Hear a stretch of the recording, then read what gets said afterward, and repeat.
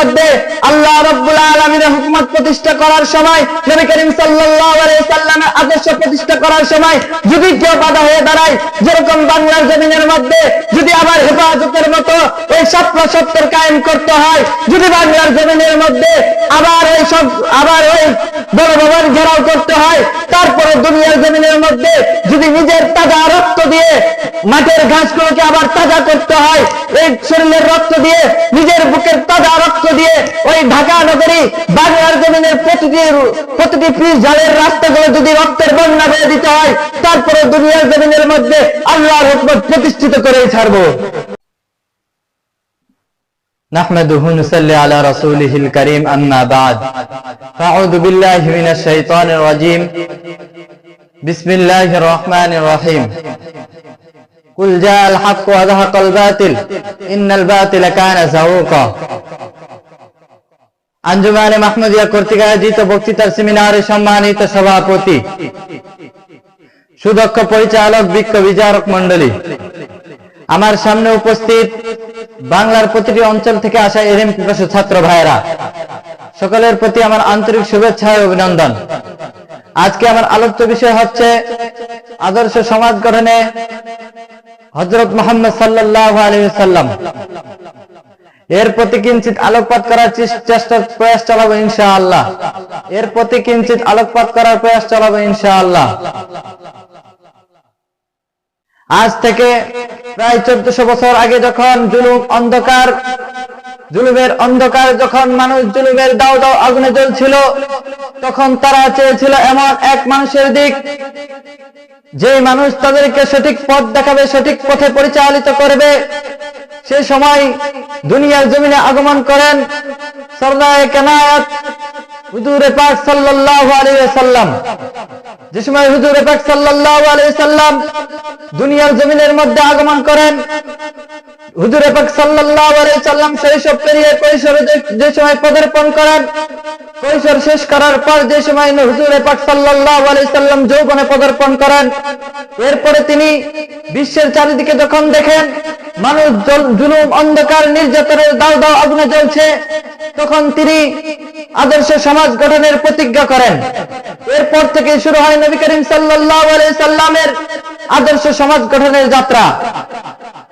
এরপরে নবী করিম সাল্লাল্লাহু আলাইহি সাল্লাম এমন আদর্শ সমাজ গঠন করেছিলেন, যে আদর্শ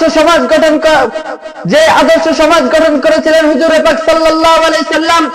তার একটি ঘটনা যদি আপনাদের বলি, এই ঘটনার মাধ্যমে স্পষ্ট হয়ে যাবে কিরকম আদর্শ সমাজ গঠন করেছিলেন হুজুরে পাক সাল্লাল্লাহু আলাইহি সাল্লাম। যে মক্কা নগরীর মধ্যে ফাতেমা নামের এক মহিলা কিছু জিনিস চুরি করেছিল, যে জিনিস চুরি করার মাধ্যমে তার হাত কাটার হুকুম হয়। যে আরবের লোকেরা বলতো, কুরাইশ বংশের লোকেরা বলতো, মুহাম্মদ সাল্লাল্লাহু আলাইহি সাল্লাম তো আমাদের বংশের এই ছেলে, আমাদের বংশের এই সন্তান, তার কাছে যদি এই ব্যাপারে সুপারিশ করি তাহলে এই মহিলার হাত কাটা যাবে না। যখন হুজুরে পাক সাল্লাল্লাহু আলাইহি সাল্লামের কাছে এই ব্যাপারে সুপারিশ করা হলো, এরপরে নবী করিম সাল্লাল্লাহু আলাইহি সাল্লাম বলে যায়, আরে ফাতেমা নামের এক মহিলা যে চুরি করেছে, এখানে যদি আমার কলিজার টুকরা ফাতেমাও চুরি করত, তাহলে আমি আমার কলিজার টুকরা ফাতেমার হাত কাটতে দ্বিধাবোধ করতাম না। এটাই ছিল নবী করিম সাল্লাল্লাহু আলাইহি সাল্লামের আদর্শ গঠন করার চিত্র। প্রিয় উপস্থিতি, আজকে বর্তমান সমাজের দিক দেখা যায় যে বর্তমান সমাজ আগের জাহেলিয়াত যুগের চেয়ে বর্তমান সমাজ হচ্ছে এত ভয়ঙ্কর। এখনকার জাহেলিয়াত সমাজ এত ভয়ঙ্কর যে আগে বলা হয় যে আগের যে জাহেলিয়াত যুগ ছিল সেটা ছিল মূর্খতার কারণে, আর বর্তমানের জাহেলিয়াত যুগ হলো সেটা হলো উন্নতির নামে। আর বর্তমানে দুনিয়ার জমিনের মধ্যে এমন সিস্টেম বের করা হয় যে কোরআন হাদিসকে বাদ দেওয়া হয় ডিজিটালের নামে, আর মেয়েদেরকে রাস্তায় নামানো হয়, মেয়েদেরকে রাস্তায় নামানো হয় অধিকারের নামে, আর মেয়েদেরকে উলঙ্গ করা হয় ফ্যাশনের নামে। প্রিয় উপস্থিতি, এখানে তারা ক্ষান্ত নয়, তারা এমন ভাবে দুনিয়ার জমিনের মধ্যে জাল বিছিয়ে রেখেছে যে হুজুরে পাক সাল্লাল্লাহু আলাইহি সাল্লাম যেরকম আদর্শ সমাজ গঠন করেছিলেন, এরকম যদি আমরা আদর্শ সমাজ গঠন করতে চাই তাহলে তাদের প্রতিটি পথ তাদের বন্ধ করে দিতে হবে। যেরকম দেখতে হবে প্রথমে শিক্ষা ব্যবস্থার দিক, যে সকালবেলায় মুসলমানের সন্তান হয়ে সকালবেলায় যে ওই খ্রিস্টানদের পরিচালিত স্কুলগুলোতে যায়, তারা খ্রিস্টানদের এমন এক কালো থাবার মধ্যে আবদ্ধ হয়ে গেছে, তারা এমন কালো থাবার মধ্যে হতাশ হয়ে গেছে, তারা যে এই কালো থাবা থেকে বের হইতে পারতেছে না। আর যদি দেখা যায় শাসন ব্যবস্থার দিক, তারা ক্ষমতার দাপটে একের পর এক অন্যায় অবিচার করে যাচ্ছে, ক্ষমতার দাপটে যা ইচ্ছা তাই করছে, যাকে পাচ্ছে তাকেই মারছে। আর যদি দেখা যায় বিচার ব্যবস্থার দিকে যদি তাকানো হয়, এই বিচারের নামে শত শত অসহায় মানুষকে করা হচ্ছে জুলুম নির্যাতন। এই বিচারের নামে অন্যায় ছাড়া মানুষকে করা হচ্ছে কারারুদ্ধ। আর এই বিচারের নামে আলেম সমাজকে দেওয়া হচ্ছে মামলা। আর এই বিচারের নামে শত শত মানুষের হত্যাকারীদের দেওয়া হচ্ছে মুক্তি। এই বিচারের নামে শত শত হত্যাকারীকে জেলের মধ্যে জামাইয়ের মতো আদর করা হচ্ছে। শুধু এখানেই তারা খেলতে নাই, তারা এমন সিস্টেম চালু করেছে, দুনিয়ার জমিন থেকে হুজুর পাক সাল্লাল্লাহু আলাইহি সাল্লামের আদর্শকে এমন ভাবে তারা মুছে দিবে যে তারা এই সিস্টেম বের করেছে, যে তারা বলে এই দুনিয়ার জমিনে আল্লাহর কোনো হুকমত থাকবে না।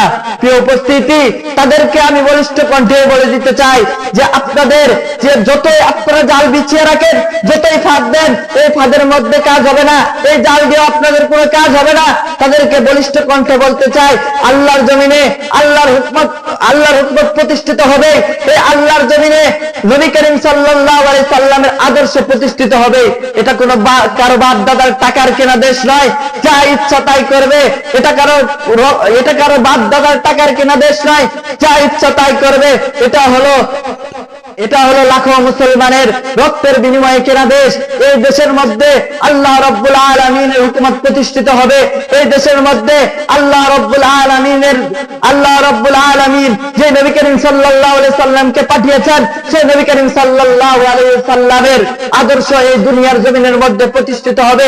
আর এই প্রতিষ্ঠিত করতে যে আল্লাহর হুকুমত প্রতিষ্ঠিত করতে যে নবী করিম সাল্লাল্লাহু আলাইহি সাল্লামের হুকুমত প্রতিষ্ঠিত, নবী করিম সাল্লাল্লাহু আলাইহি সাল্লামের আদর্শ প্রতিষ্ঠিত করতে যাওয়ার পর যারা বাধা হয়ে দাঁড়াবে, তাদেরকে বলিষ্ঠ কণ্ঠে বলতে চাই, তাদেরকে এক ভাষায় বলে দিতে চাই যে যেরকম দুনিয়ার জমিনের মধ্যে কাফেরদেরকে তাড়ানোর